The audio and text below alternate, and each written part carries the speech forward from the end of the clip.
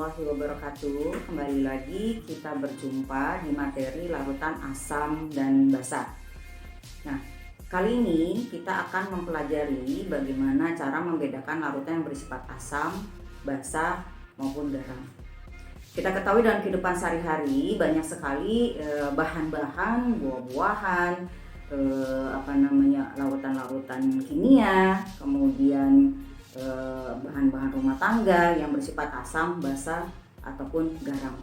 Nah, tapi tidak semua bisa kita bedakan dengan cara mencicipi atau dengan kita bedakan dengan indera perasa. Kenapa? Karena tidak semua bahan-bahan tersebut ataupun zat-zat tersebut merupakan bahan yang aman.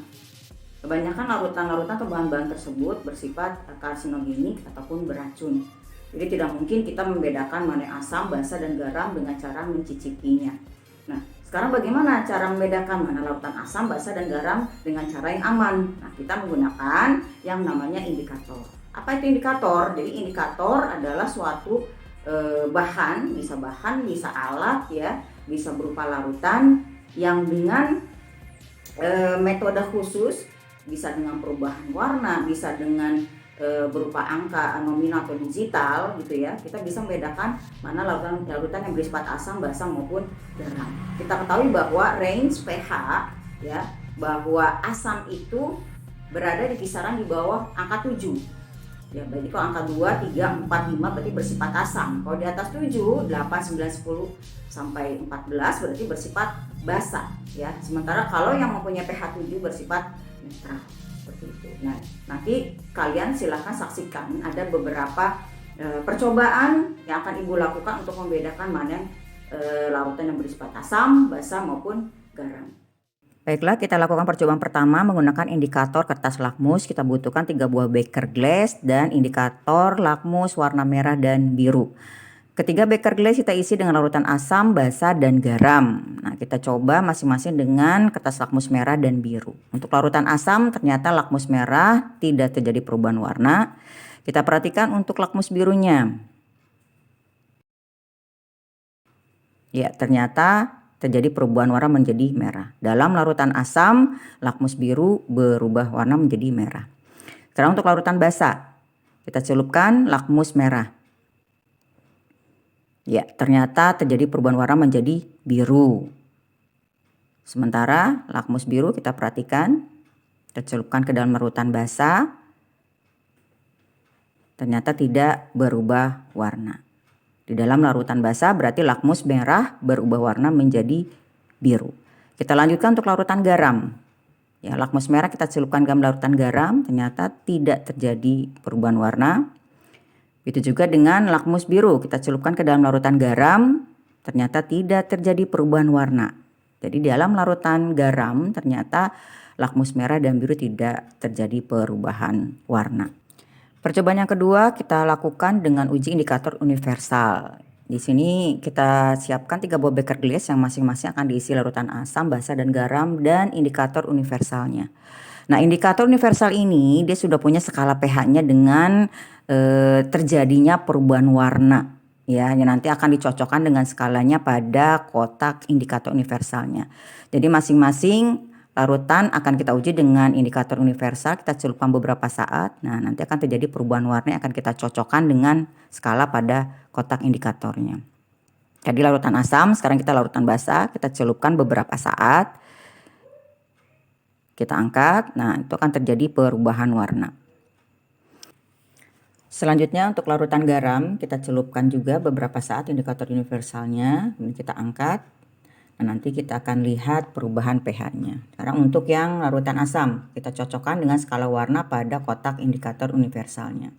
Ternyata pH-nya mendekati 3. Jadi terbukti bersifat asam. Kemudian kita lanjutkan untuk larutan basa, kita cocokkan dengan skala pada kotak indikatornya. Ternyata pH-nya mendekati 9. Berarti terbukti di atas 7 bahwa larutannya bersifat basa. Kemudian yang garam, kita cocokkan kembali dengan skalanya. Ternyata pH-nya mendekati 7, berarti bersifat netral.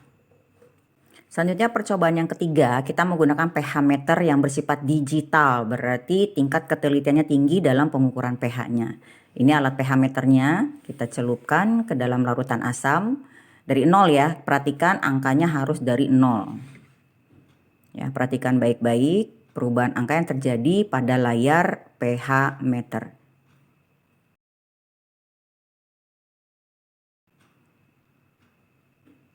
Ternyata pH-nya menunjukkan angka 2,1 untuk larutan asam. Selanjutnya kita uji coba dengan larutan basanya. Mulainya juga dari 0 juga ya. Yang perlu kalian perhatikan dalam memindahkan pH meter dari larutan asam ke basa dan garam itu harus pH meternya itu dinetralkan kembali di dalam larutan air ya, supaya pH-nya kembali menjadi 0 kembali. Ternyata menunjukkan pH 8,8. Selanjutnya pada larutan garam. Sama juga dimulai dari angka 0 ya. Perhatikan perubahannya. Ternyata di layar menunjukkan angka 7,2 ya. Jadi terbukti bahwa larutan masing-masing bersifat asam, basa dan netral. Percobaan yang keempat dengan menggunakan indikator phenolphthalein berupa larutan ya ini. Biasa alat yang kita butuhkan 3 buah beker glass, kemudian 1 buah larutan PP atau phenolphthalein, kemudian pipet tetes dan plat tetes. Yang pertama larutan basa ditambahkan phenolphthalein. Kita ambil beberapa tetes larutan basa, kita teteskan ke dalam plat tetes. Kemudian kita tambahkan dengan beberapa tetes phenolphthalein.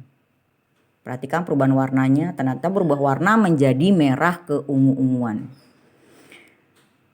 Sekarang percobaan yang kedua, larutan asam ditambah dengan indikator phenolphthalein. Ambil larutan beberapa tetes larutan asam ya, kemudian ditetesi dengan beberapa tetes larutan phenolphthalein. Nah, ternyata tidak terjadi perubahan warna. Nah, berarti kesimpulannya dalam larutan asam, larutan phenolphthalein tidak terjadi perubahan warna, sementara dalam larutan basa, phenolphthalein akan memberikan warna merah keungu-unguan. Sebenarnya untuk larutan ini, untuk larutan indikator ini banyak sekali, diantaranya ada metil merah, metil orange, metil jingga, dan phenolphthalein. Nah, tapi yang paling sering digunakan adalah PP atau phenolphthalein.